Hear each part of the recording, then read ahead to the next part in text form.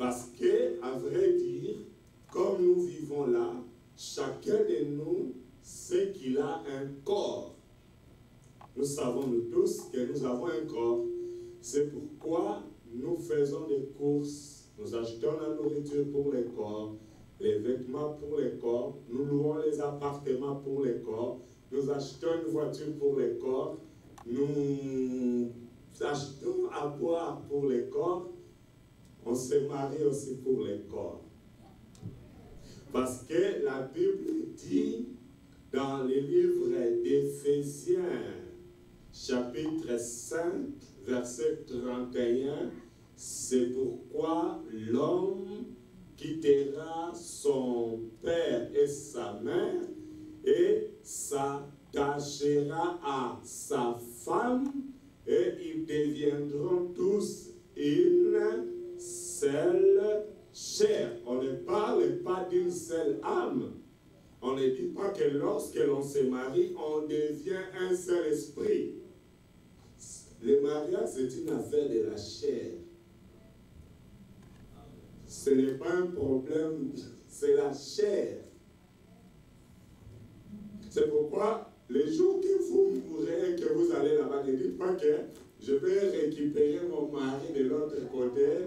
Il n'y aura pas ça. Là-bas, il y aura un seul mari, Jésus-Christ de Nazareth. Alléluia.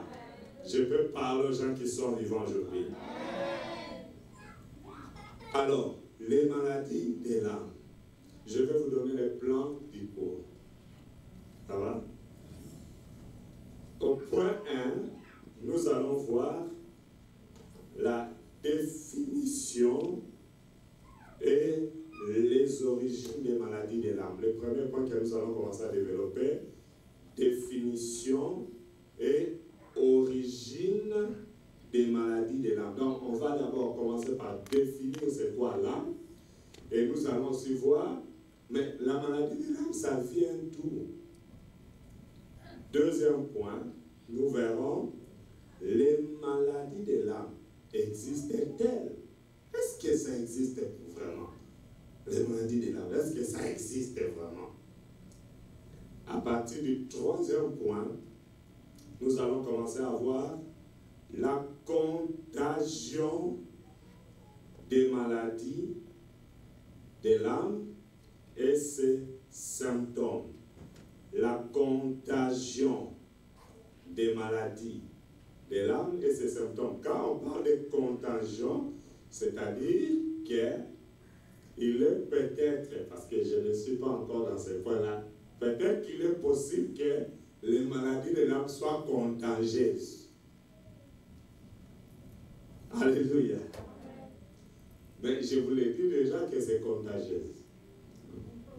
Amen. Définition. Qu'est-ce que l'âme? Nous pouvons écrire pour ceux qui écrivent, et je vous encourage d'écrire si c'est possible.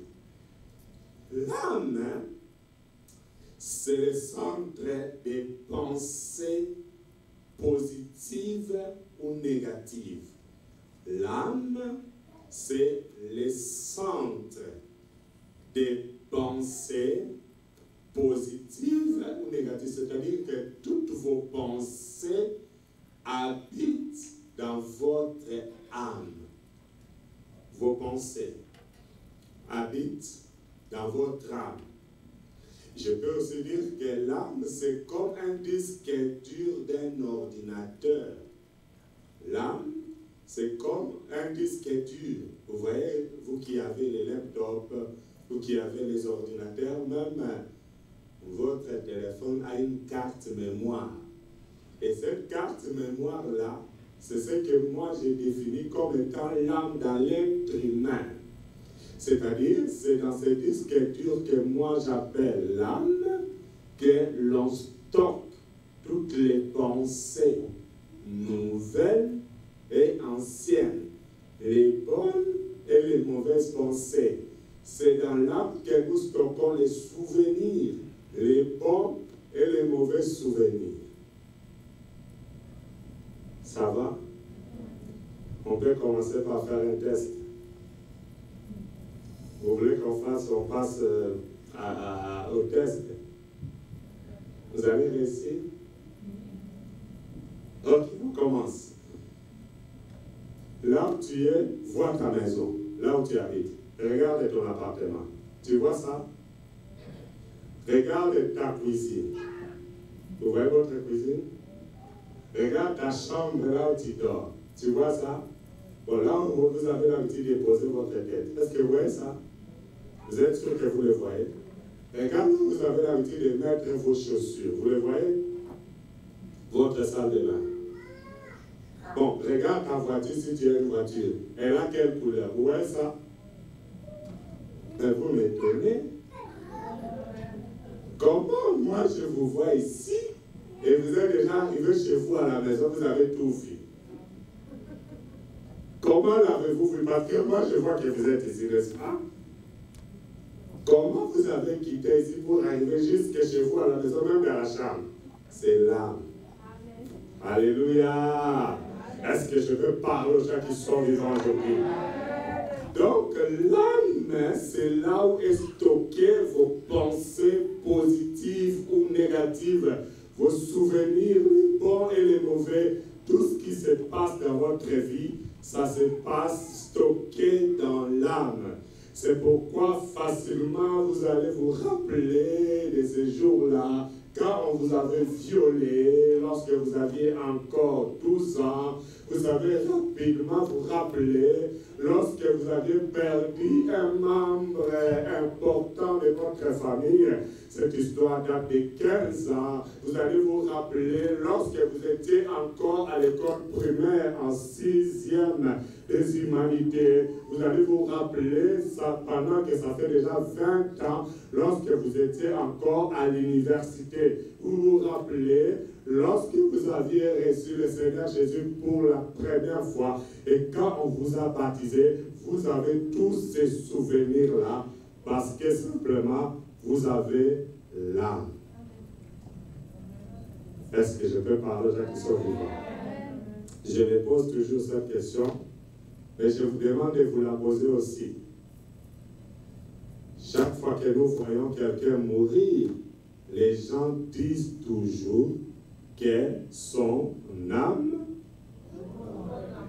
repose en paix. Ça va? Mais moi, j'ai un problème par rapport à ça. Et je me pose la question, est-ce que les âmes de toutes ces personnes-là qui meurent se reposent vraiment en paix?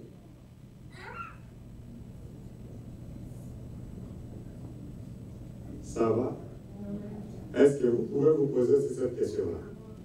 Eh bien, on aura beaucoup de réponses pendant cette conférence. Amen.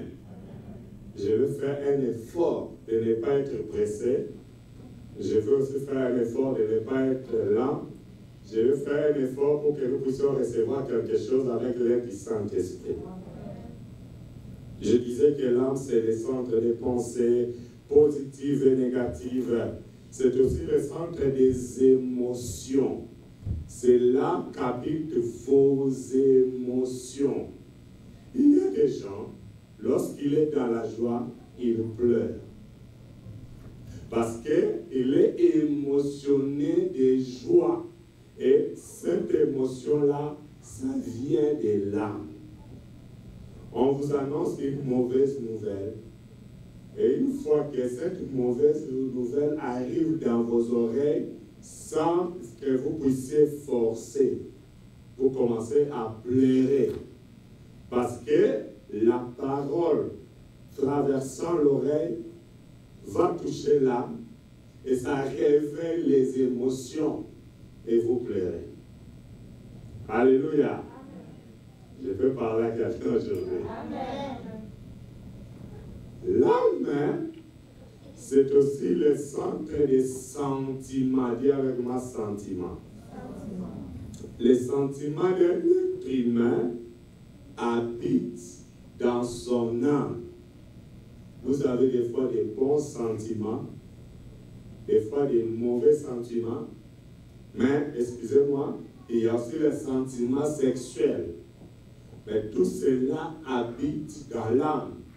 C'est pourquoi, par rapport aux sentiments sexuels, par exemple, il y a de ceux qui sont vraiment malades dans l'âme, au point que leurs sentiments ne se maîtrisent pas.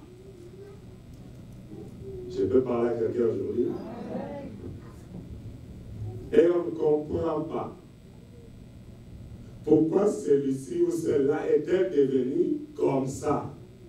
C'est qu'il y a un problème dans l'âme. Alléluia. Donc, l'âme, c'est aussi des émotions, des sentiments, voire même des facultés intellectuelles. Les facultés intellectuelles d'une personne habitent dans son âme. Quand on dit que vous êtes intellectuel, vous l'êtes par rapport à votre âme. L'âme, c'est aussi la personnalité d'une personne. C'est votre personnalité. Les vrais vous, les vrais toi habitent dans ton âme. C'est pourquoi vous allez voir par exemple dans Actes des Apôtres, chapitre 2, verset 41. Écrivez, je n'aurai pas le temps de le lire, mais écrivez. Et ce que je vous dis est vrai. Le jour de la Pentecôte, le Saint-Esprit est descendu. Et ce jour-là, l'apôtre Pierre, qui, après la mort de Jésus, avait peur, avec les autres amis, les autres disciples, je vais dire, il s'est caché. Mais ce jour-là, lorsque le Saint-Esprit est descendu, l'apôtre Pierre va se lever, il a prêché la parole de Dieu. Et ce jour-là, selon Actes chapitre 2, versets 40 à 41, la Bible nous apprend une bonne nouvelle. Il a gagné 3000 âmes. Non, moi je pense que ce verset-là, vous ne l'avez pas bien. Il a gagné 3000. Non. Mais quand même, il y avait des hommes, non? Il y avait aussi des femmes, non? Il y avait aussi des enfants. Parce que la Bible dit qu'il y avait des gens de toutes les nations. Et les gens qui étaient ce jour-là les entendaient parler dans leur langue. Il y avait même les Africains ce jour-là. Non, mais c'est la Bible qui dit. Alléluia. Alors, tout le monde les entendait parler dans leur langue. Et la Bible dit qu'il a gagné 3000 âmes. Mais pourquoi on ne nous parle pas de 3000 hommes? Parce qu'il y avait des hommes. Pourquoi on ne nous parle pas de 3000 femmes ou 1500 femmes? Parce qu'il y avait quand même des femmes. Pourquoi on ne nous parle pas de 500 enfants parmi les 3000? Pourquoi et les hommes, et les femmes, et les enfants, on les englobe, on les appelle âmes? Parce que l'âme, c'est votre identité. Votre vraie identité se trouve dans votre âme. Alléluia. À vrai dire, la personne qui nous parle mieux de vous, c'est votre âme. Non, tu n'as pas compris, je reprends. La personne qui nous parle mieux de vous, c'est votre âme. C'est votre âme qui nous donne les vraies informations sur qui vous êtes réellement. Même si vous ne le voulez pas, même si vous ne le savez pas, votre âme collabore avec nous tous. Et il nous dit qui vous êtes.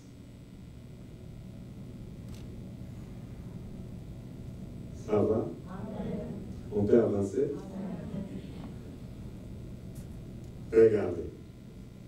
On va d'abord lire. Ça va? Avant de continuer. Nous allons d'abord la Lévitique. Regardez ceci. Lévitique. Ça, c'est la notion de base. Si vous comprenez ça, le reste, ça sera facile. Si vous ne comprenez pas l'introduction, le début, ça sera très difficile. Et surtout quand je vais donner l'examen, il n'y aura pas d'examen. De toute façon de parler. Alléluia. Il est vivant. Il est ressuscité. qui ouvre dans mon cœur et dans ma maison. Yes, thank you, Lord Jesus. Nous voyons Lévitique chapitre 17. Vous allez lire les 11 à 14, mais là, moi, je lis les versets 11. Hein? Ok? Écrivez Lévitique 17, 11 à 14, mais là, je lis 11. Regardez ceci. Je lis au nom de Jésus. Bon, pour la gloire de Dieu, comme c'est notre premier texte, est-ce que nous pouvons honorer notre Dieu en nous tenant debout, s'il vous plaît? Et que Dieu vous bénisse. Il se souvient de vous. Lisons. Lévitique 17, verset 11. Avec moi. Car la vie de la chair est dans les sangs. Je voulais tourner sur l'autel afin qu'elle serve d'expiation pour vos âmes. Car c'est par l'âme que le sang fait l'expiation. Que Dieu vous bénisse. Nous acclamons la parole de Dieu, nous pouvons nous asseoir. Dans ce texte, nous voyons clairement que l'âme de chaque personne se trouve dans son sang. L'âme de chaque personne se trouve dans son sang. Quand Dieu vous a créé, Dieu a pris votre âme, il l'a placée dans votre sang. Ce qui fait que, aussi longtemps que vous êtes vivant, votre sang est avec vous.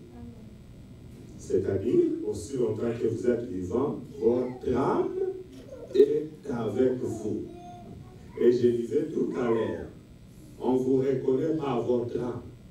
Votre âme, c'est votre vraie identité. C'est pourquoi lorsque Pierre a gagné les âmes, on a parlé de 3000 âmes. L'âme, c'est votre identité. Et la Bible dit, l'âme de chaque chair, selon Lévitique 17, verset 11, c'est son sang qui est dans elle. Votre âme, c'est votre sang qui est à l'intérieur de vous. Alléluia. Amen. Et je disais que c'est, à vrai dire, votre âme qui nous parle de vous. C'est elle qui nous informe de ce que vous êtes vraiment. Approchez mon frère, il y a des gens qui réclament, qui n'entendent pas. Venez ici. S'il vous plaît, que Dieu vous bénisse. Encouragez-les. Il fait un travail merveilleux parce que par lui, le monde entier est béni. Acclame Jésus. Alléluia. Amen. Je peux parler aux gens qui sont vivants aujourd'hui. C'est votre âme qui nous donne les informations sur vous. Or, l'âme de toute chair, Dieu l'a mis dans son sang. Et regardez ceci. Vous allez à l'hôpital. Vous êtes malade. Bon, pas vous, quelqu'un est malade. Il va à l'hôpital. Maintenant, on n'arrive pas à détecter la maladie. En général, qu'est-ce que les médecins demandent? Allez faire une prise de sang. Et on prend les sangs, on les passe dans le microscope. On examine les sangs et on trouve la maladie où? Dans les sangs. Or, le sang, c'est quoi? C'est l'âme. C'est-à-dire, c'est même l'âme-là, le sang, l'âme qui informe au laboratoire. Et vous mettez, voilà, cette personne que vous avez amenée ici souffre de telle maladie. C'est votre âme qui informe au corps médical de quoi vous souffrez. Parce que votre âme vous connaît plus que vous-même. Votre âme connaît votre intérieur et votre extérieur. Vous ne pouvez donc pas vous cacher devant votre âme.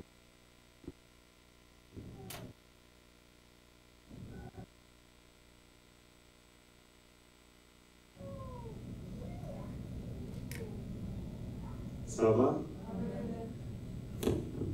Et c'est toujours votre âme qui nous parle de vous, même si nous ne sommes pas médecins. L'âme nous communique qui vous êtes. L'âme, c'est aussi là où habite votre comportement. Quelqu'un dit comportement. Agissement. Donc, le comportement d'une personne et ses agissements habitent dans son âme. Si vous avez un comportement bon, bravo à votre âme. Mais si vous avez un comportement bizarre, c'est que l'âme a un problème. Alléluia. Bon, là, les gens commencent à voir. En tout cas, ça, c'est vraiment les frères Pioko. C'est frère Pioko, c'est que Pasteur dit là. Non, non, non, non. L'enseignement est intitulé « Connais ton âme ». En profondeur, c'est-à-dire, vous n'êtes pas ici pour écouter pour les gens. Vous êtes là pour écouter pour toi-même. Donc, ne regarde pas les frères Pioko, ni la sœur Mbiako. Regarde toi-même. Je peux parler aux gens qui sont vivants aujourd'hui.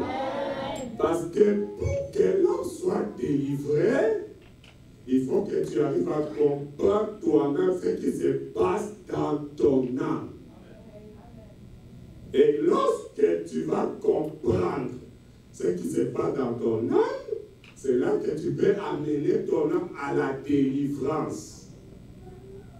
Alléluia, alléluia, alléluia. Oh, merci Seigneur. Est-ce que jusque-là ça va? Nous allons lire maintenant. Dans Genèse chapitre 2, verset 7. Genèse 2, verset 7. Genèse chapitre 2, le verset 7. Genèse 2, 7.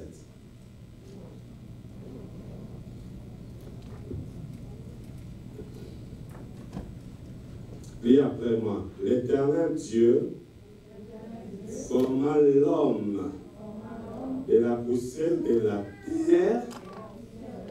Il insuffla dans ses narines un souffle de vie et l'homme devint une âme vivante. Et l'homme devint une âme vivante. Et l'homme devint une âme vivante. Dans d'autres versions, on parle de l'être vivant, mais dans d'autres, on parle de l'âme vivante. Le même texte, vous allez voir par exemple dans 1 Corinthiens chapitre 15, le verset 45. 1 Corinthiens 15, 45. La Bible dit, le premier Adam devint une âme vivante. Le deuxième Adam, le second Adam, c'est-à-dire Jésus-Christ, est devenu un esprit vivifiant. Adam, monsieur Adam, le mari d'Ève, était une âme vivante. Jésus-Christ de Nazareth, notre Seigneur et Sauveur, était un esprit vivifiant, c'est-à-dire un esprit qui donne la vie. Pour donner la vie et sauver, il faut être un esprit qui donne la vie, un esprit vivifiant, et non une âme vivante. Alors comprenons que dans l'âme, il y a beaucoup de bonnes choses, il y en a aussi des mauvais. Alléluia. Est-ce que ça va? Maintenant, le Seigneur a créé l'homme à son image. Il a insufflé dans ses narines un souffle de vie. Et l'homme est devenu une âme vivante. Regardez bien ceci. Dieu, étant que créateur, après avoir tout créé, il a d'abord commencé par créer les cieux et la terre. Au commencement, Dieu créa les cieux au pluriel et la terre au singulier. Les cieux au pluriel et la terre au singulier. Dieu créa les cieux au pluriel et la terre au singulier. Plusieurs cieux et une seule terre. La terre était informe et vide. Il y avait les ténèbres à la surface de l'abîme et l'Esprit de Dieu s'est mouvé au-dessus des eaux. Puis Dieu dit que la lumière soit et la lumière fut. Verset 4. Dieu vit que la lumière était bonne et Dieu sépara la lumière avec les ténèbres. Il y eut un soir et il y eut un matin. C'est filé, premier jour. Dieu a d'abord appelé la lumière avant de commencer sa création, parce qu'il y avait les ténèbres. Il a d'abord appelé la lumière, et quand il a vu que la lumière était bonne, il a fait une séparation entre la lumière et les ténèbres, et il va commencer vraiment à continuer sa création. Il a tout créé, depuis le premier jusqu'au 6e jour. Et le 6e jour, Dieu a eu 4 grands travaux à faire. Et le 4e travail qu'il a fait le 6e jour, c'était la création de l'homme. Alléluia. Il a créé l'homme. Et pour créer l'homme, nous avons vu dans Genèse chapitre 2, verset 7, l'Éternel Dieu forma l'homme de la poussière. C'est comme si Dieu, à la création, il descend, il accepte de salir ses mains, c'est une façon de parler, et il touche la poussière. Il accepte à cause de vous. Dieu a touché la poussière. Il a touché la poussière. Il touche la poussière. Il commence à donner la forme à l'homme. Il donne la forme. Il a formé l'oreille. Il a fermé les yeux. Il a formé les intestins. Il a formé le cœur. Il a formé les reins. Il a formé les pancréas, les cerveaux. Il a commencé à former les pieds. Il a formé le ventre. Il a formé tout. Maintenant, il avait tout là. Les squelettes, si vous voulez dire les statues, c'était là. Mais l'homme ne pouvait rien dire. Il ne peut pas parler, il ne peut pas bouger, il ne fait rien. Mais il est là, comme un cadavre. Genèse chapitre 2, verset 7 que nous avons lu. L'Éternel Dieu va maintenant souffler dans les narines de l'homme un souffle de vie. Et la Bible dit, et l'homme devint une âme vivante. Mais, je vais vous faire remarquer quelque chose. Quand Dieu a commencé à créer l'homme, Dieu a pris d'abord la poussière, la terre. Excusez-moi, il a pris la terre. Il a pris la terre, il forme l'homme. Quand il a fini de faire avec la terre, il prend de l'eau, il ajoute sur la terre. Pour te former, tu as pris de l'eau. C'est pourquoi lorsque tu pleures, c'est de l'eau qui sort. Lorsque tu transpires, c'est de l'eau qui sort encore. Pour te créer, Dieu a mis de l'eau. Dieu, c'est un très bon cuisinier. Et pour vous créer, il a pris du sel. Il prend du sel, il fait. Alléluia. C'est pourquoi lorsque tu pleures, les larmes, c'est salé. Parce que Dieu avait mis du sel. Alléluia. Même les sueurs là, c'est salé. Quand tu as les nez qui coulent, quand ça arrive là, c'est bon. C'est salé. Parce que Dieu a été créant. Il avait mis du sel. Il ne s'arrête pas à mettre du sel. Dieu a vu mettre l'huile. Dieu se donnait. Qu'est-ce qu'il y a là? Alléluia! Quelle cuisine! Dieu, c'est le tout premier cuisinier de l'univers. Pour vous créer comme un bon cuisinier, il a mis l'huile. Il ne s'arrête pas là. Il prend du sucre. Il a mis du sucre. Alléluia. C'est pourquoi lorsque le sucre augmente, menthe. On dit que vous avez quelle maladie? Parce qu'à vous, il y a du sucre. Et lorsque vous êtes faible, c'est-à-dire il y a moins de sucre, on vous stimule en vous donnant les glucoses pour que vous ayez la force. Parce que le corps a été créé avec du sucre. Vous avez le sucre à l'intérieur de vous. Je parle de l'âme. Alléluia.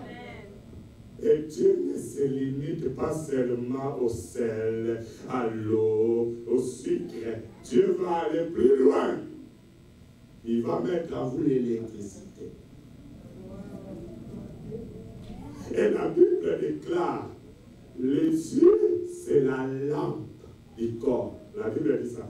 Les yeux, c'est la lampe. Bien-aimé, on parle des lampes. Quand on parle des lampes, on parle de ça. C'est lampe. Or, une lampe ne peut pas s'allumer s'il n'y a pas de courant. C'est pourquoi il vous arrive des fois, tu descends de la voiture. Quand tu veux fermer la portière, tu sens comme si tu es électrocuté parce que tu dégages l'électricité. Tu as en toi le courant électrique. Je peux parler aux gens qui sont vivants. Et pour bien le voir, lorsque vous allez à l'hôpital, les médecins vous examinent. La toute première chose que le médecin fait, parmi tant d'autres, il va prendre quoi? Il prend quoi? Bien-aimé, en science, lorsqu'on parle de tension, on parle de quoi? Électricité, non? Donc, il va tester si ton électricité est bien. Des fois, il le faut sans le savoir, mais il prend la tension. Et lorsque tu n'as pas beaucoup d'électricité en toi, tu as 6 ampères. On parle de l'hypotension. Lorsque tu as beaucoup d'ampères, on parle de... C'est la tension, c'est l'électricité à l'intérieur de toi que Dieu a mis. Ça, j'explique Genèse chapitre 2, verset 7. Ce sont des choses que toi tu lis, mais tu ne vois pas. Mais Dieu m'a fait grâce de les voir dans ces versets. Alléluia! Acclame Jésus le vivant. Et le Seigneur ne s'arrête pas là. Il dit, bon, pour créer vraiment cet homme, pour qu'il soit complet, Dieu a pris du lait. Quelqu'un dit le lait. Il a mis du lait avant de te créer. C'est pourquoi lorsque nos mamans mettent au monde,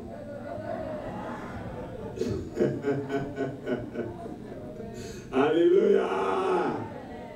Est-ce que tu as bu du lait, toi? Qui a bu du lait quand il était bébé?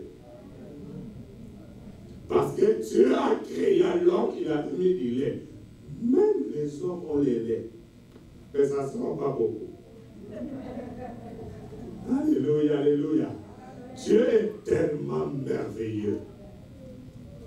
Il a formé l'homme à son image. Il a formé l'homme.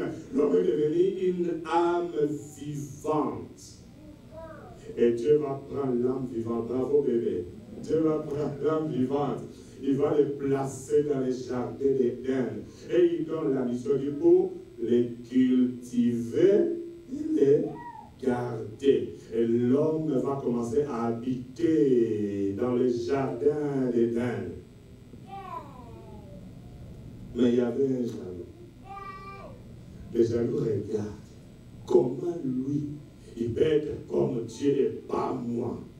Parce que Dieu a créé l'homme à son image, selon sa propre ressemblance. Frères et sœurs, viens regarder le miroir aujourd'hui. Je vous conseille de toujours regarder le miroir. Quand tu te regardes et tu te vois dans le miroir, tu es comme Dieu. Si tu veux savoir qui ressemble à Dieu, c'est toi qui ressemble à Dieu. Parce que Dieu dit, il a créé l'homme à son image, selon sa propre ressemblance. Tu ressembles à Dieu. C'est toi la jumelle de Dieu. C'est toi le jumeau de Dieu. Tu les ressembles. Alléluia. Et maintenant, l'ennemi voit que ça, ce n'est pas bon. Je ne peux pas laisser passer cette histoire. Genèse chapitre 3, à partir du verset 1, vous pouvez aller jusqu'au verset 8, mais nous allons lire 6 à 8. La Bible déclare, le serpent déjà à partir du verset 1 va se présenter devant la femme. Il va poser cette question avec beaucoup de risques. Dieu a-t-il réellement dit que vous ne mangerez pas de tous les arbres du jardin? La femme, touchée par cette question pleine de risques, elle va répondre. Dieu a dit, nous mangerons de tous les arbres du jardin, mais quant au fruit qui est au milieu du jardin, Dieu a dit, vous n'en mangerez point. Si elle arrêtait sa phrase-là, elle était bonne. Parce que dans les instructions de Dieu, dans Genèse chapitre 2, Dieu avait simplement interdit de manger. Et la femme, dans sa réponse, elle ajoute, elle dit, Dieu a dit, vous n'en mangerez point et vous n'y toucherez point. C'est une phrase que Dieu n'avait jamais prononcée dans le chapitre 2 de Genèse. Or, Dieu a dit dans sa parole, il ne faut rien ajouter, il ne faut rien enlever. Donc, la femme a ajouté le verbe toucher. Et cela a arrangé le serpent. Le serpent dit, waouh, au moins elle a déjà désobéi à son Dieu. Maintenant, je peux foncer, je vois que cette histoire marche. Et le serpent va dire, non, vous ne mourrez pas. Donc, il fait passer Dieu pour un menteur devant la femme. Est-ce que ça va? Vous ne mourrez pas. Mais Dieu sait, au verset 5, que le jour où vous en mangerez, vous serez comme des dieux. Quoi? Vous serez comme des dieux. Quoi? Vous serez comme des dieux. Connaissant les dieux. Ah! Donc la femme a compris. Donc on peut faire un coup d'état. Nous-mêmes on récupère ces trônes, on devient Dieu. Et monsieur ne va plus régner. Alléluia. Alors ils étaient intéressés de faire ces coups d'état à messieurs. Alléluia. Non, à Dieu.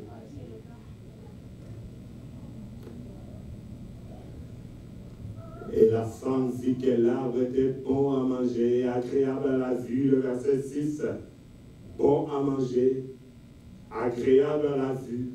Elle commence à voir, à regarder les mêmes fruits qu'elle regardait depuis qu'elle est sortie de son mari. Ce jour-là, les fruits ont pris une autre dimension. Elle commence à regarder, à regarder Genèse chapitre 3, à regarder. Elle a pris de son fruit, elle en mangea. Et la Bible dit, elle la donna aussi à son mari qui était auprès d'elle. Donc, monsieur n'était pas ça. Monsieur était là. Et je me demande pourquoi ce monsieur n'a pas arrêté la conversation de sa femme avec quelqu'un d'autre. Il fallait arrêter cette histoire. Monsieur, fais sur ta femme. J'ai dit à quelqu'un, veut sur qui? Et madame veut aussi sur qui? C'est ton mari. Parce qu'il y a des serpents qui viennent. Il faut ouvrir les fait sur lui. Alléluia. La Bible dit, elle a mangé, elle a donné à monsieur qui était à côté. Regardez le verset 6 à 8, je lis. La femme vit que l'arbre était bon à manger, agréable à la vue, et propre pour ouvrir l'intelligence. Elle a pris de son fruit et elle mangea. Elle a donné aussi à son mari qui était auprès d'elle et il en mangea. Verset 7. Lui maintenant, après moi, le verset 7. Les yeux de l'un et l'autre s'ouvrirent. Encore les yeux de l'un et l'autre s'ouvrirent. Tu as bien compris ça? Les yeux de l'un et l'autre s'ouvrir. Est-ce que ce monsieur, sa femme, était-il aveugle avant de manger les fruits? Est-ce qu'Adam était aveugle? Bon, je vais expliquer qu'il n'était pas aveugle. Au verset 6, la Bible dit la femme vit que l'arbre était bon à manger. Ça, elle n'a pas encore mangé, mais elle a vu. Au verset 6. Elle n'a pas encore mangé au verset 6. Elle a vu que l'arbre était bon à manger et agréable à la vue. Donc, ce monsieur et sa femme voyaient. Mais qu'est-ce qui se passe ici? Après avoir mangé, les gens qui voyaient déjà commencent à voir. Après avoir mangé, les gens qui voyaient déjà commencent à voir. Est-ce que tu comprends la parole de Dieu? Ben, regarde ce qu'il faut voir. Avec moi. Avec moi. Verset 7. Les yeux. Avec moi. Les yeux de l'un et l'autre s'ouvrirent. Et ils virent qu'ils étaient nus. Quand leurs yeux se sont ouverts, la première chose qu'ils ont vue, c'était la nudité, le porno. Quand ils ont commencé à voir, la première chose, c'est le porno qu'ils ont vu. Est-ce que tu lis bien ta Bible? C'est-à-dire, avant, selon Genèse, chapitre 2, verset 25. Genèse 2, 25. La Bible dit, l'homme et sa femme étaient tous deux nus, mais ils n'en avaient point honte. Mais ces jours-là, quand ils ont mangé et qu'ils voyaient déjà, les yeux s'ouvrent encore. Mais quand ils ont commencé à voir maintenant, ils voient la nudité. Oh, mais comment ne voyaient-ils pas la nudité avant? Mais quand ils ont commencé maintenant à manger les fruits, ils voient autre chose que ce qu'ils voyaient avant.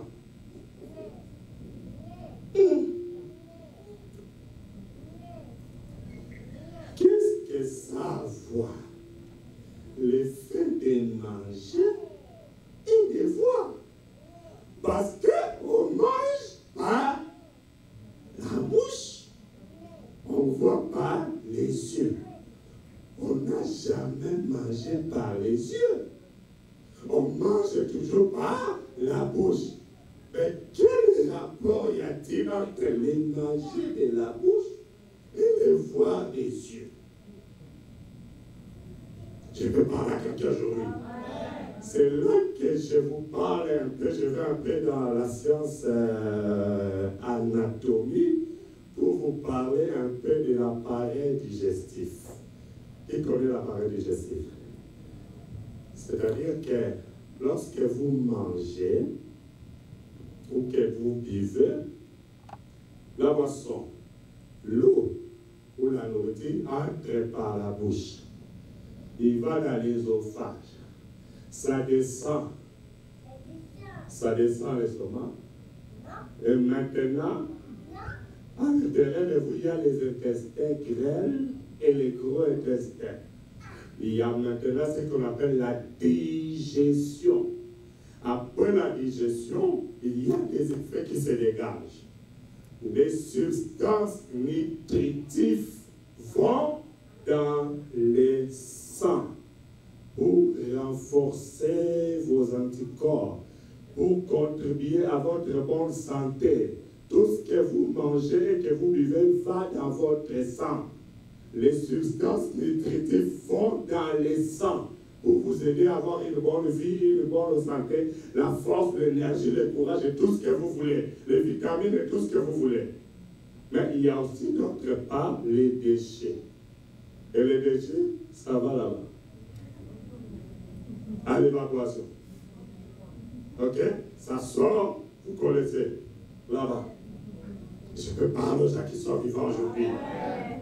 Mais ce qui reste avec vous, c'est les substances nutritives qui vont loger, habiter dans les sangs. Or, selon Lévitique, chapitre 11, chapitre 17, verset 11, Lévitique 17, 11, la Bible dit, l'âme de toute chair se trouve dans son sang. C'est-à-dire, ton âme se trouve où? Dans les sangs, dans les jardins d'Éden. Quand le diable a regardé l'homme et la femme, il a cherché comment les détruire. Il ne trouvait pas comment les détruire. Il a étudié, il a essayé sûrement plusieurs fois. Ça n'a pas marché. Ce jour-là, il a dit, ah, je comprends. Il y a quelque chose qui est avec lui aussi longtemps qu'il est vivant. Aussi longtemps qu'il vit, il a cette chose-là. Et ce qu'il a avec lui, c'est son sang. Or, dans son sang, son Dieu a mis l'âme.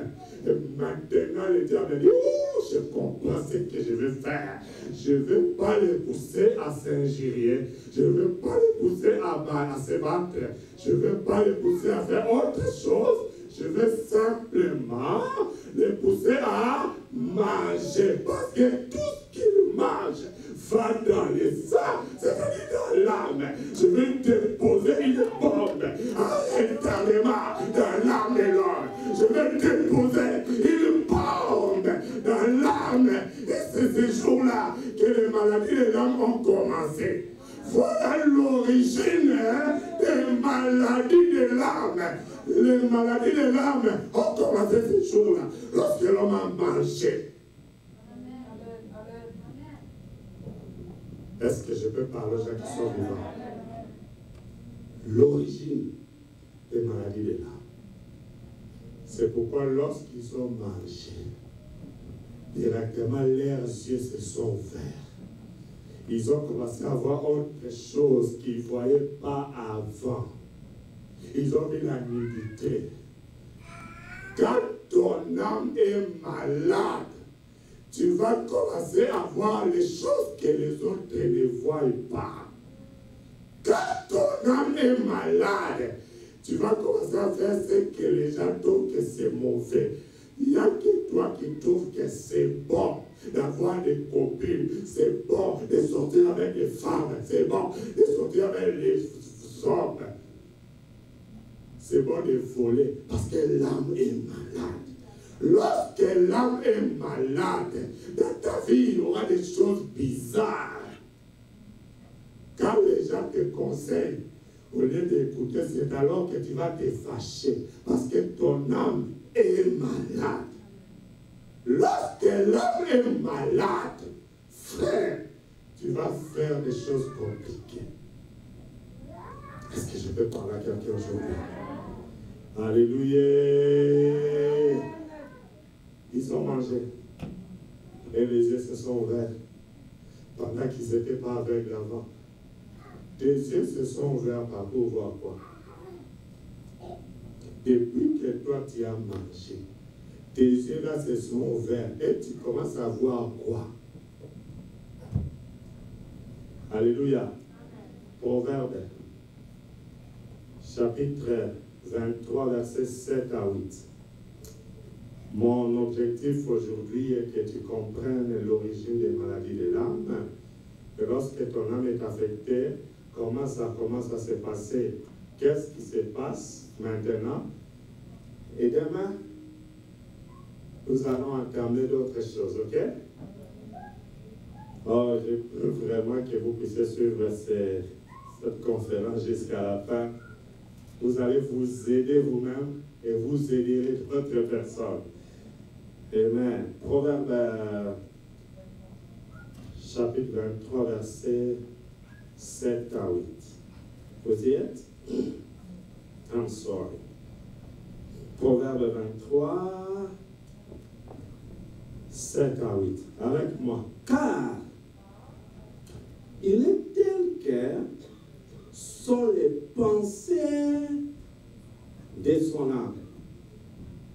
Il est tel que sont les pensées de son âme.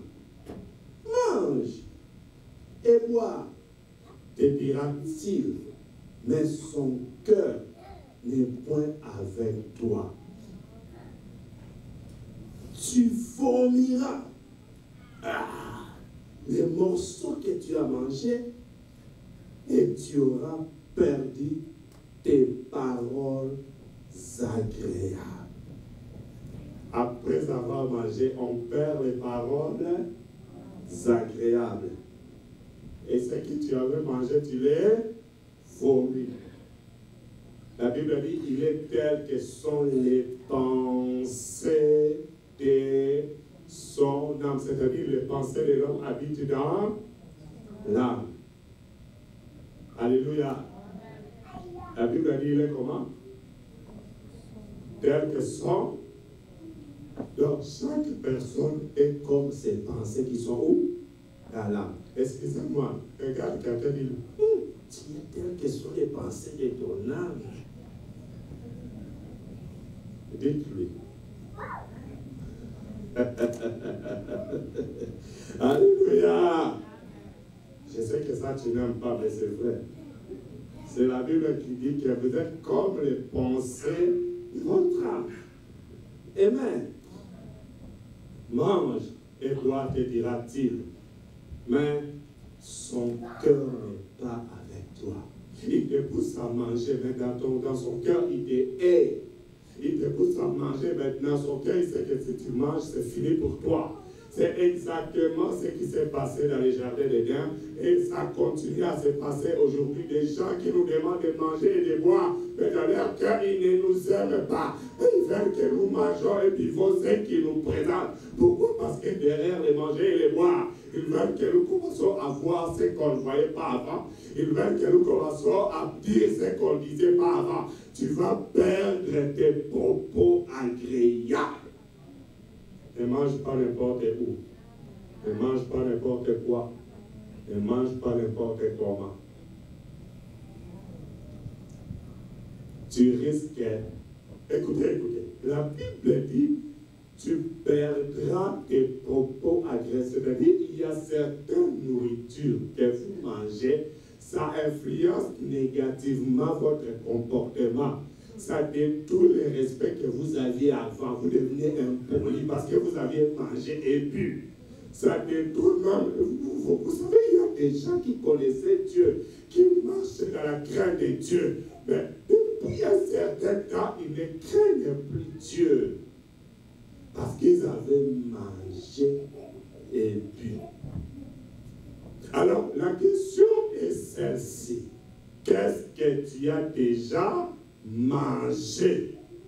Et qu'est-ce que tu as déjà bu?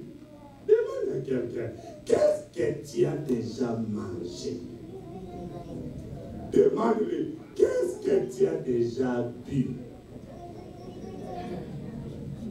Alléluia! C'est rigolo, n'est-ce pas? Mais ce sont des choses sérieuses. Aussi longtemps que vous ne savez pas ce que vous aviez mangé ou bu, ça risque de vous causer du tort et des fois de vous amener à la mort. Alléluia. Même si physiquement, vous ne mourrez pas encore et que vous êtes encore vivant, vous allez sûrement perdre beaucoup de choses. Dites-moi s'il est temps, parce que je n'ai pas de mots après. Ah, ok. Je vais terminer tout à l'heure. Alléluia. Qu'est-ce que tu as déjà mangé? C'est pourquoi maintenant, dans le monde des ténèbres, qu'est-ce qu'ils font? Dans votre famille, vous avez perdu de l'argent. Il y a quelqu'un de la famille qui a perdu son argent dans son sac. Oh, c'était son piège. Il voulait que l'argent là se perde pour que l'on vous fasse manger des choses. Parce qu'il sait que selon les stratégies qu'on lui a données de l'autre côté, si vous mangez, vous êtes foutu et lui devient le plus fort de la famille. Ouh. Maintenant, l'argent est perdu. Les bijoux sont perdus. On va chercher le féticheur. On apporte le féticheur à la maison. On vous emmène là-bas. On dit, tout le monde doit manger ce ngola. Ça s'appelle comment? Ngola, c'est quoi? Noix de cola, merci. Tout le monde doit manger. Or, il semble que si tu manges seulement, souvenez-vous de l'appareil digestif. ça va vous directement loger dans l'âme. C'est là que vous avez mangé des nourritures préparées par des féticheurs, préparées par des prêtres qui ne sont pas des prêtres de Dieu. Ils ont logé des choses dans votre âme. C'est ces jours-là que ta vie a été bousillée. C'est ces jours-là que ta vie a été détruite. Parce que tu as mangé les choses. C'est toujours fait avec des cérémonies. Oh, vous mangez à son temps. Vous mangez à son temps. Depuis quand on mange à son temps? Alléluia. Vous mangez et vous sautez. Vous n'êtes même pas à l'aise. Parce qu'il sait qu'il veut mettre quelque chose dans l'âme. Alléluia. Est-ce que je peux parler à quelqu'un aujourd'hui? Qu'est-ce que tu as déjà mangé? Quand tu grandissais dans ta famille, on t'a fait manger quoi? Il y a des gens qui ont mangé au cimetière. Parce qu'il y avait quelqu'un qui était mort. Ta jumelle était morte. Ton jumeau était mort. Il y avait un membre de famille important qui est mort. Alors tout le monde au cimetière, on fait des cérémonies tout autour de la tombe. Et on prend la nourriture préparée par quelqu'un que tu ne connais pas. Qu'est-ce qu'il a dit à les préparants? On vous donne, vous tous, vous mangez autour du tombeau. Vous avez mangé au cimetière. Qu'est-ce qu'on a logé dans ton âme? C'est à partir de ce jour-là que ta vie a un problème. Tu as besoin de la délivrance de ton âme. Tu as besoin de la délivrance de ton âme. Qu'est-ce que tu as déjà mangé? Et des fois, lorsqu'on n'arrive pas à te faire manger physiquement, on te fait manger spirituellement en songe. Tu vois, dans tes songes, tu manges toujours. Il y a quelque chose qui ne va pas. Aujourd'hui, tu vas vomir. Tu vas vomir. Tu vas vomir. Tu vas vomir. Tu vas vomir. Ce qui était entré à toi, ça va sortir. Ça va sortir. Ça va sortir. Ça va sortir. Ça va sortir. Au nom de Jésus. Et depuis que tu as mangé en songe, ta vie est détruite. Regarde-toi bien. Avant, tu réussissais, n'est-ce pas? Tout allait bien. Mais tu es passé quelque part. Et depuis que tu es sorti de là, ta vie est détruite. Est-ce que je peux parler à quelqu'un? Pasteur m'appelle, pardonnez-moi. Tous les papas et toutes les mamans, pardonnez-moi. Parce qu'il y a certaines choses, si je ne les dis pas, je bloque la délivrance de quelqu'un. Quand vous allez à l'hôpital, excusez-moi, prenez les spermatozoïdes, mettez dans le microscope. Vous allez trouver qu'il y a du sang à l'intérieur. Vrai ou faux? Prenez l'ovule, mettez dans le microscope, il y a du sang. Alors, lorsque vous buvez les spermes de quelqu'un, c'est-à-dire que vous avez bu son sang, non, je vais bien dire que vous avez bu son âme. Tu as à l'intérieur de toi l'âme de quelqu'un. Ça doit sortir. Tu as bu les âmes de combien de personnes qui sont entrées en toi. Il y a des hommes qui sont ici. Tu n'es pas seul. Tu as plusieurs âmes à l'intérieur de toi. Il y a des femmes ici. Tu es trop chargé. Tu es attaché à beaucoup d'âmes. Combien d'âmes avez-vous à l'intérieur de vous? Je vais vous expliquer. Regarde, le Saint-Esprit commence à parler aux gens. Regarde. Je prends Facebook, ok? À Facebook, lui, il est ami avec lui. Ok? Lui, le patron ici, il est ami avec le PDG. Parce que lui, le PDG, lui, le patron. C'est vrai. Si tu acceptes, ça arrive. Patron et PDG. Maintenant, derrière lui, il est ami avec 50 personnes. Ok? Lui, il a derrière lui 100 personnes qui font ses amis. Il suffit que les deux deviennent amis sur Facebook. Tout ce que lui publie directement, lui et ses 100 personnes voient. Tout ce qu'il publie directement, lui et ses 50 ont la possibilité de voir vrai ou faux. Donc l'ami de son ami est son ami, l'ami de ses 50 amis sont ses amis, l'ami de ses 100 amis sont devenus ses amis. C'est pareil avec l'âme. Lorsque tu sors avec un monsieur qui avant de venir dans ta vie était déjà sorti avec 30 femmes, automatiquement ton âme s'attache à son âme et aux âmes de 30 autres personnes que tu n'as jamais connues.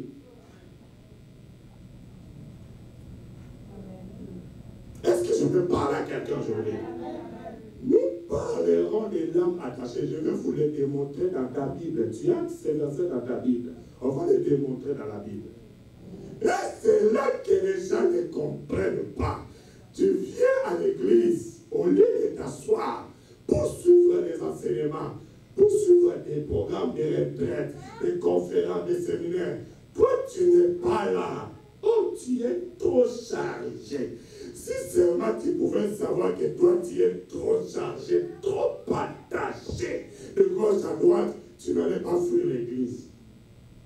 Tu allais t'asseoir parce que plus tu écoutes la parole de Dieu, plus tu te détaches et te déconnectes. Alléluia. Est-ce que je peux parler aux gens qui sont vivants? Vous avez intérêt, si tu n'as pas d'église, à partir de ce moment, reste dans cette église. Je dis quoi? Reste où? Dans cette église. Ne sors plus, reste ici. Suis les enseignements. Le papa là-bas, Dieu lui a donné beaucoup de bonnes choses pour vous.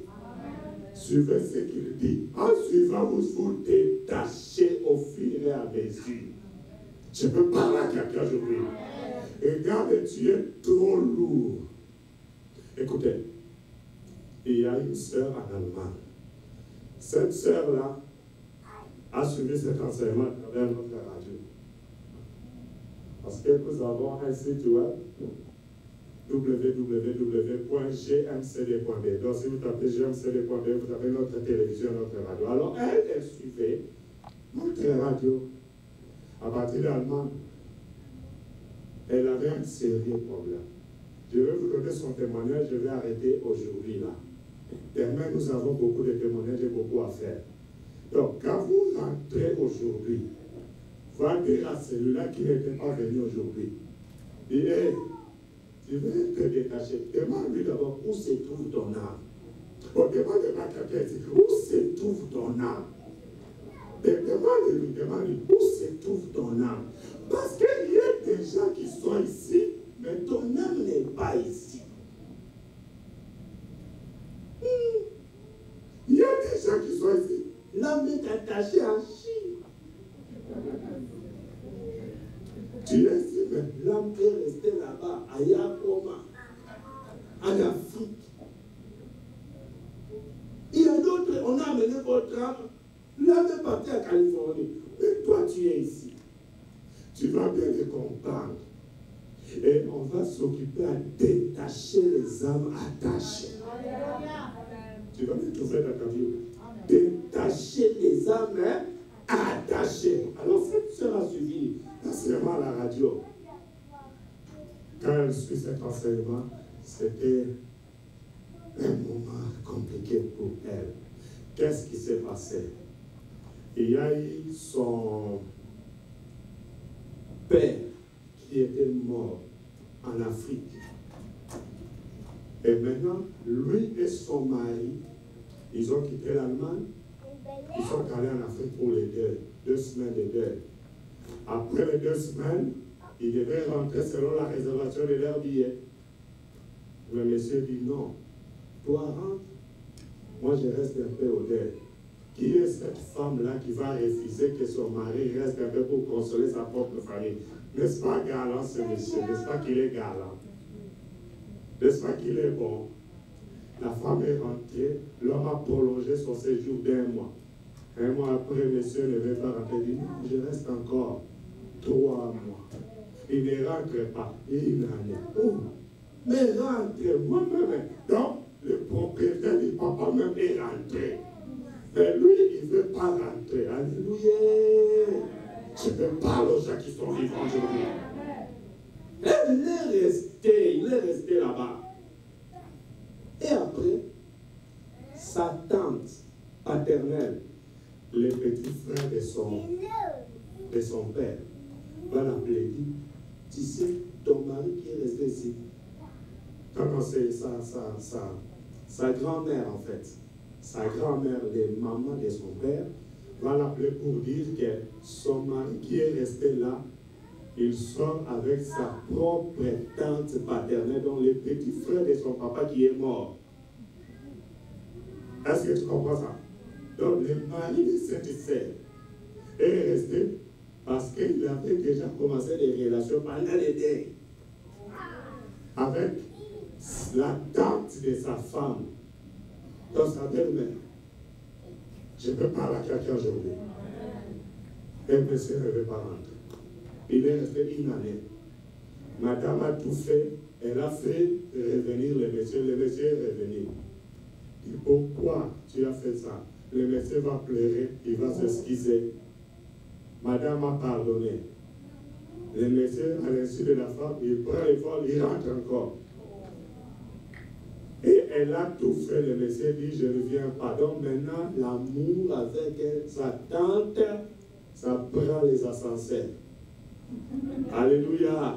Je peux parler aux gens qui sont vivants. Frères et sœurs, il y a de mauvaises choses qui se passent avec les maladies de l'âme. Donc le mari de cette femme était malade dans son âme. La tante aussi était malade dans l'âme. Lorsque l'âme est malade, ce qui est anormal, ça devient normal pour toi. Parce que tes yeux se sont ouverts, tu commences à voir même la tante de ta femme. Les yeux se sont ouverts dans les mauvais sens. Je peux parler à quelqu'un aujourd'hui. Et monsieur est resté. Maintenant, la grand-mère va appeler sa petite fille. Elle dit, viens. La petite fille va en Afrique. Elle dit, je connais quelqu'un qui va t'aider pour que tu récupères ton mari. On va l'amener chez un féticheur. Le féticheur dit, c'est un petit problème. Je vais te laver. Bon, une grande dame comme ça, elle se lave elle-même tous les jours. Mais ce jour-là, il faut qu'on la lave. Quand on commence à te laver, toi qui es grande, c'est que toi-même tu es malade dans l'âme. Pourquoi tu acceptes qu'on te lave? Toi-même, c'est que tu es malade d'abord. Je veux parler à quelqu'un aujourd'hui. On l'a lavé. Le féticheur dit, maintenant tu ne vas pas rentrer comme ça. Donc c'est une malédiction qui est sur toi qui a fait que ton mari te quitte pour aller chez ta tante, pour que tu sois libéré de ça. Tu dois enlever tous tes vêtements. Elle a tout. Elle a donné. Le monsieur est allé l'enterrer au bord de l'océan Atlantique, à Pointe-Noire, au Congo-Brazzaville. Il l'a enterré au bord de l'océan. Et dit, bon, tu peux rentrer en Europe, le mari va venir. Depuis qu'elle était rentrée, le mari ne vient pas. Mais qu'est-ce qu'elle va commencer à remarquer dans sa vie? Elle remarque que désormais, quand elle dort, elle n'est plus seule sur les lits. Mais elle ne voit pas avec qui elle dort. Mais curieusement, lorsqu'elle se réveille le matin, tous les vêtements sont absents. Pendant qu'elle dormait avec les vêtements, la question était de savoir qui enlève ses vêtements. Elle n'a jamais vu qui que ce soit. Je vais parler à quelqu'un aujourd'hui. Excusez-moi. Elle se réveille avec des traces que quelqu'un était avec elle. Toutes les nuits, je vous parle de quelqu'un que j'ai encadré. Ce n'est pas une histoire montée. C'est quelqu'un que j'ai encadré après avoir suivi cet enseignement. Alléluia. Amen. Frères et sœurs. Maintenant, c'était devenu très compliqué. Elle a fui la maison.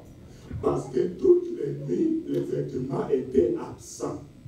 Elle a quitté son appartement. Elle a commencé à habiter avec son ami. C'est là que son ami va lui dire, je connais un site web, une radio, ça peut t'aider, on lui a donné notre site, gmcd.be. Elle a commencé à suivre les enseignements. Alléluia. Elle a appelé. Elle dit, comme je suis là, j'ai quitté la maison. Il y a quelqu'un là-bas que je ne vois pas. Elle m'a dit, avant de quitter, j'ai même pris un monsieur. On a commencé à vivre avec lui dans l'impudicité. On m'a dit, je ne sois pas seul pour empêcher que celui qui enlève les vêtements ne vienne pas. Mais malgré la présence des messieurs, c'était toujours comme ça. Je peux parler à quelqu'un. Le monsieur dit, moi j'ai pris. On va prier puis je vais te marier. Bien aimé, même si tu pries, quand tu commences à habiter les gens dans l'impudicité, même si tu pries, ça ne va pas marcher. D'ailleurs, tu te mets en danger. L'impudicité ne te protège pas devant Dieu. L'impudicité expose devant les diables et les démons. Amen. Arrêtez l'impudicité et la déterre. Arrêtez ça, bien aimé. Frère, ils ont commencé à dormir sur le même lit. Avant de dormir, ils prient, mais dans l'impudicité. Amen. Ils prient. Encore les prières d'aujourd'hui là. Fire, fire, fire. Ils nous ont faillé la chambre. La nuit, quand ils dorment, le monsieur se retrouve, il dormait. Mais il s'est retrouvé qu'il dormait par terre. Il était sur les lits. Il se retrouve par terre. Oh, le premier jour, il dit peut-être j'ai mal tourné. Il a continué à dormir. Pas le deuxième jour, troisième, ça devient une habitude. Il se réveille par terre. Il dit mais c'est pas possible. Oh frère, la maladie de l'âme, ça peut te tuer. Amen. Alléluia. Il se retrouve par terre. Mais entre-temps, la femme, les vêtements sont toujours absents. Je vais parler à quelqu'un aujourd'hui. Alors, pour terminer, un bon jour, le mari dort. Il se réveille la nuit. Il était encore sur le lit. Il sent quelqu'un le pousser. Il sent on le pousse, mais la femme dort. Il a les yeux ouverts, on le pousse. Il dort par terre. Il se réveille, il rentre. J'ai fait. Ah, frère. Frère. Ce jour-là, mais c'est l'impudique, frère. Il est frère impudique. Il a fait la maison. Il a laissé la sœur seule. Je voulais te prendre en mariage, mais là, alléluia. La maladie de l'âme, ça peut te tuer. Est-ce que je peux parler à quelqu'un? Il y a des gens, il vous est déjà arrivé, et nous plusieurs fois. Tu dors, tu te réveilles, il n'y a pas de vêtements.